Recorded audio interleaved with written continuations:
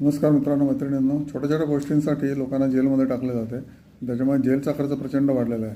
त्याच्यामुळे आता मोदी साहेब असं म्हणले की आपण परत या कायद्याचा रिव्ह्यू करणार की कोणाला जेलमध्ये टाकायचं आणि कोणाला नाही टाकायचं. ओके, छोट्या छोट्या ज्या चोऱ्या करणारे लोक असतात त्यांना जेलमध्ये अडकून काहीच फायदा नाही. त्याच्यापेक्षा त्यांना शिक्षण दिलं तर obviously they will be on the right path and that will be better for that person as well as for the government. Okay, समय को मोड देना.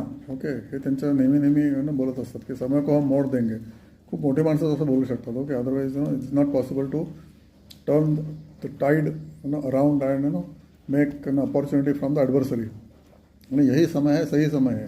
तर मार्केटमध्ये इन्व्हेस्टमेंट करायचं सुद्धा यही समय है, सही समय है. मोदींनी बोलायला पाहिजे. मोदी आणि गुजराती असून मार्केटमध्ये त्यांना भरपूर माहिती असणार आहे, पण त्याच्यामध्ये इम्प्लिमेंटेशनला कमी पडतात की काय असं वाटतं मला. सुदर्शन चक्र, ओके, भारताची सुदर्शन चक्र प्रणाली सुरू करणार की ज्याच्यामध्ये पब्लिक सेक्टर अंडरटेकिंग्स किंवा व्हायटल इन्स्टॉलेशन्सला आयर्न डोम उभे करणार. त्याच्यामध्ये पण प्रचंड संपत्ती उभी राहणार आहे भारताची. Defence sector, okay, crude oil import drastically reduce करण्यासाठी ऑब्व्हियसली डीप वॉटर एक्सप्लोरेशन जोरदार सुरू आहे.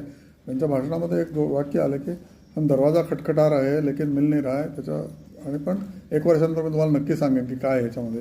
ह्याच्यावर कुठल्याच मीडियामध्ये काहीच भाष्य आलं नाही. तर मला असं वाटतं की दिस मध्ये ऑइल एक्सप्लोरेशन इन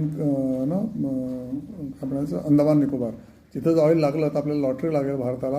आणि आपले 10 दशलक्ष डॉलर्स जे क्रूड ऑइल इम्पोर्टसाठी जातात आहेत, 10 लाख करोड डॉलर्स, ते कमी होतील अशी अपेक्षा आहे. आणि त्याच्यासाठीच मोदी म्हणतात की आम्ही दरवाजा खटखटतो आहे निसर्गाचा, आणि जर सापडेल तर तुम्हाला मी नक्की सांगू. ओके, ह्याचा हा मी अन्वयार्थ घेतलेला आहे त्यांनी जे बोललेलं आहे.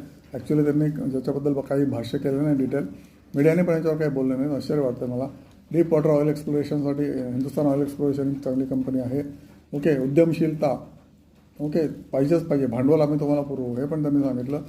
फार्मा आपलं काय म्हणायचं, फार्मा ची सगळी दुकानं आपल्या भारतामध्ये आहे. सगळ्या जगाला आपण फार्मा पुरवतो, पण पेटंट्स आपल्या नावावर खूपच कमी आहेत. असं का? ओके, EV बॅटरी आपण का नाही बनवू शकत? संभावना अपार आहे. हे पण त्यांचं एक पेटंट वाक्य आहे, संभावना अपार आहे. आणि खरंच मला ते आवडतं.